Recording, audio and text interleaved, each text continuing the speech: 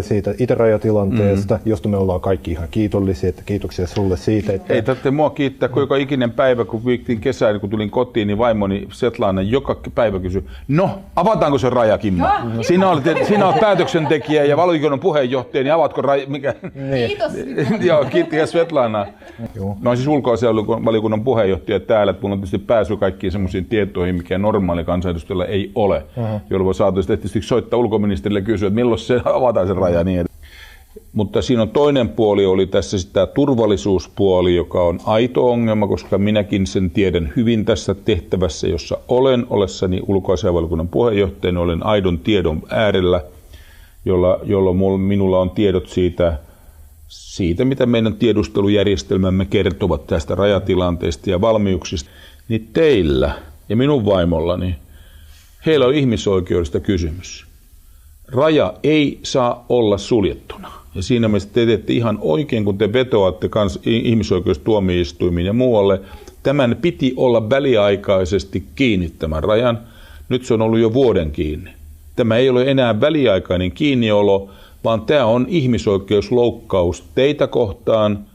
Ja totta kai voin sanoa minun vaimoani kohtaan myöskin, joka on teikäläisiä. Eli se on ihmisoikeuskysymys, jonka te olette nostaneet esille. Ja se on aivan legitiimi argumentti puoltaa sitä rajalakia, että minä äänestin sen puolesta. Tämän vuoksi mä äänestin sen puolesta juuri tämän vuoksi, että se raja avattaisiin. Sehän se koko juttu oli. Minun lähtökohta numero 1 oli, että raja avataan ja oli jo yhteydessä hallitukseen heti heinäkuussa, että no milloin se raja avataan? No se menee elokuun puolelle. Nyt taitaa olla jo marraskuu. Ihan kohta marraskuu. Ja edelleen raja kiinni. Ja nyt tulee vähän kritiikki hallitusta kohtaan. Meillä ei ole paras mahdollinen hallitus tässä suhteessa. Siinä on iso puolue siinä hallituksessa mukana, jonka intresseissä on sulkea kaikki rajat käytännössä. Ja tämä tekee vaikeaksi, että hallitus ei kykene tekemään, paitsi sisäministeriö, jonka alle tämä asia kuuluu, on tästä puolueesta.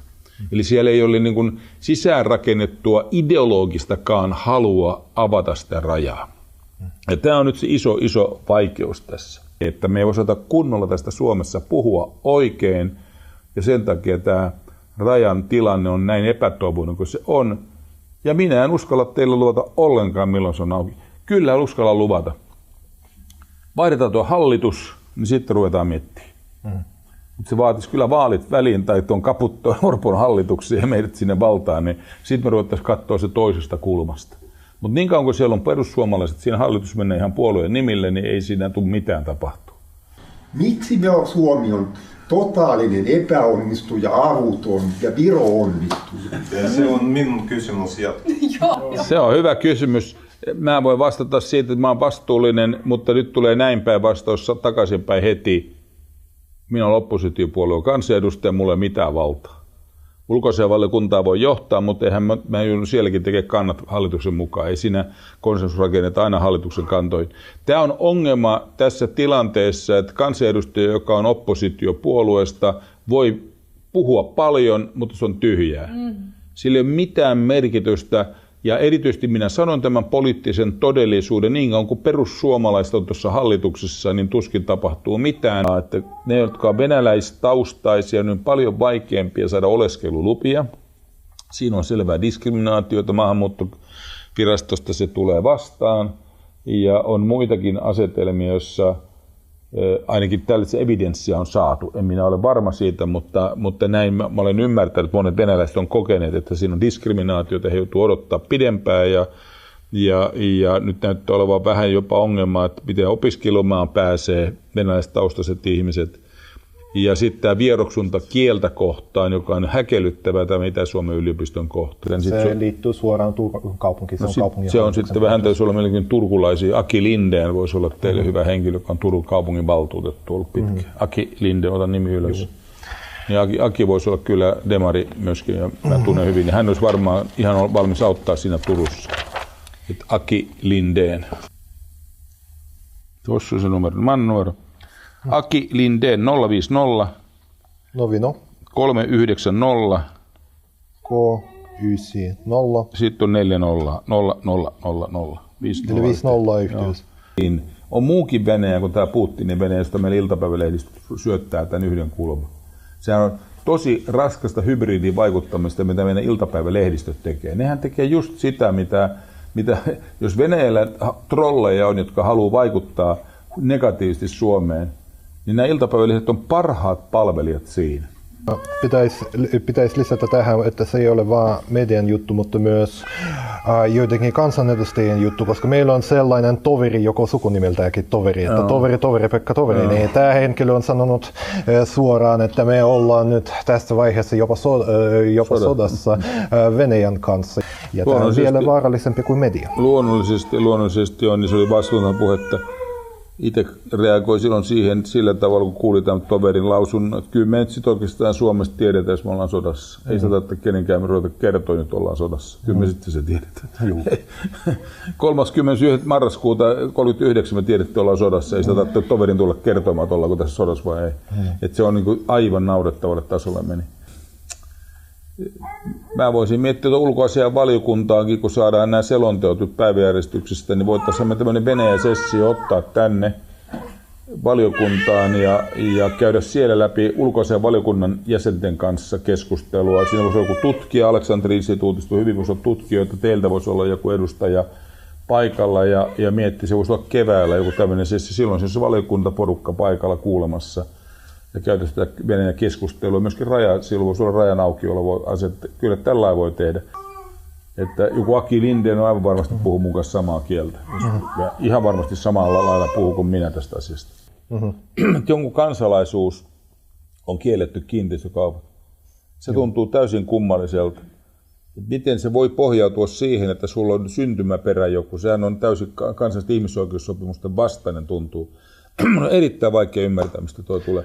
Sen mä voin hyväksyä, että tehdään turvaselvityksiä, tsekataan taustoja, sen mä voin hyvin ymmärtää, mutta että olisi kansallisuuspohjainen diskriminaatio, niin se olisi käsittämätön. Mä luulen, että se tulee kaatumaan Euroopan neuvostosta vähintään. Se ei voi olla mahdollista. Mä en voi ymmärtää, että voisi olla lainsäädäntö, että jonkun maan kansalaiset per se sinänsä niin olisi rajoittava.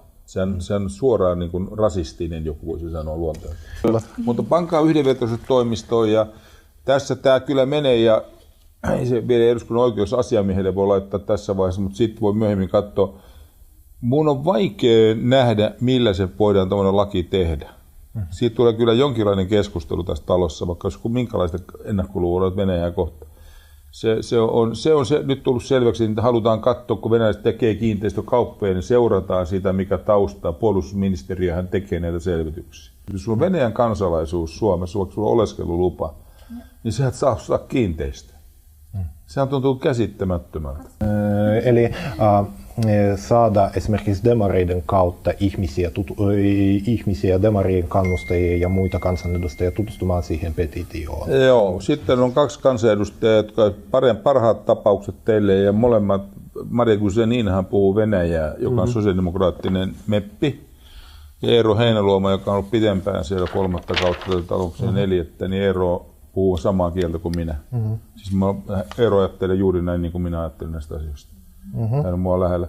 Eli sekä Eero Heinäluoma että toi Maria Guzenina sosiaalidemokraatteina, ja molemmat varmaan mielellään kuulisi teitä. No, Euroopan neuvosto on siinä melkein vielä parempi. Sitten Euroopan neuvosto, siinä on Miia-Petra Kumpula, joka nykyisin johtaa sitä valtuuskuntaa siellä, niin myöskin sosiaalidemokraatti.